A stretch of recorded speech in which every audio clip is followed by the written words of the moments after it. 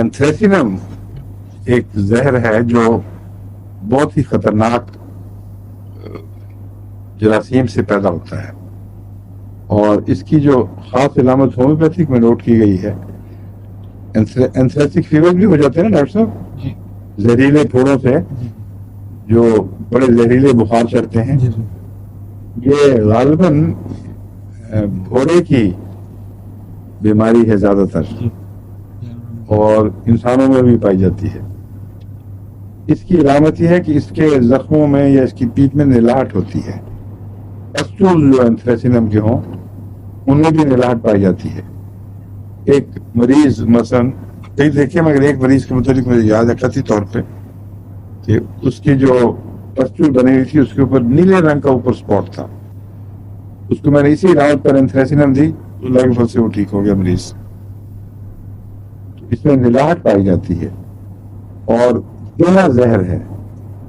हर वो फोड़ा जो क्रॉनिक हो जाए और मुख्तलिफ वज़ाइल इलामतें मिलती हुई दवाएं इस्तेमाल की जाए मगर फ़ायदा ना हो, उसमें एंथ्रेसिनम मुफीद हो सकता है। ये इस डॉक्टर की राय है, मैंने कभी पहले इस्तेमाल नहीं किया।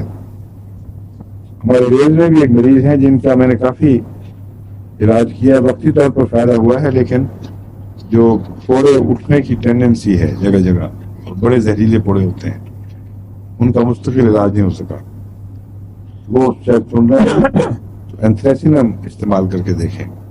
200 से शुरू करें, और यहाँ ये डॉक्टर साहब 30 से 200 तक बताते हैं, तो बेशक 30 से शुरू करें और कुछ अर्से के बाद उसको 200 कर दें। इम्पीटीगो क्या होती है आप बताया?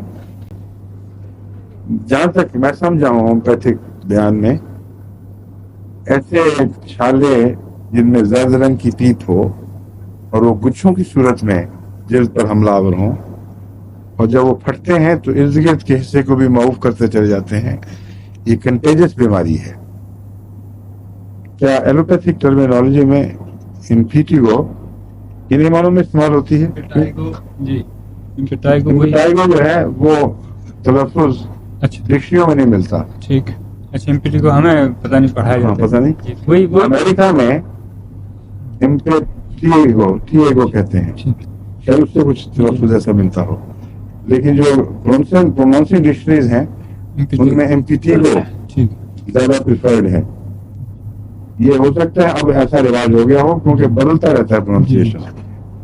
कई ऐसे प्रोनाउंसिएशन थे जब मैं यहाँ तालिब इल्म था, उस वक्त उनको सेकेंड रेट या बाज़ दफा जिक्र नहीं करती थी डिक्शनरी, अब वो अव्वल जिक्र करती है और जो पहला होता था उसको सेकेंड रेट बना दिया गया है।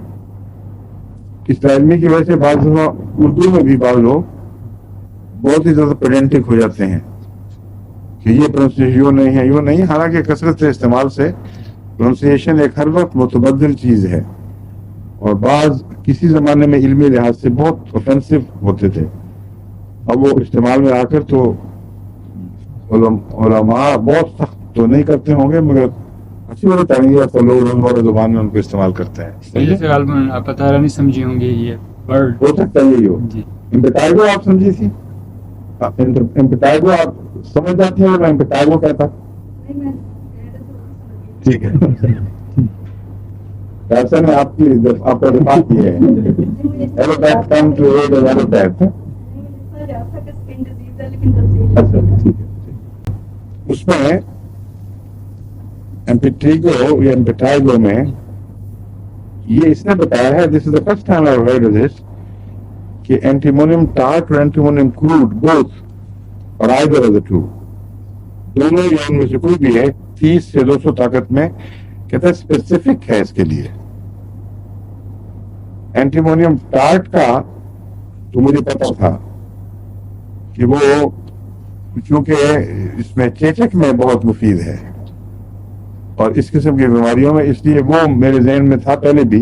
कई दफा मैंने ऐसे छालों में जो जहरीले से हों एंटीमोनियम टार्ट इस्तेमाल करके देखी है, फायदा भी देती है। मगर ये कहता है कि एंटीमोनियम क्रूड भी एंटीमोनियम टार्ट की तरह, और बल्कि ये दोनों इकट्ठी अलग अलग स्पेसिफिक हैं, ये फौरी तौर पर एम्पिटीगो या एम्पिटाइगो को ठीक कर सकती हैं। 30 से 200 ताकत याद रखें।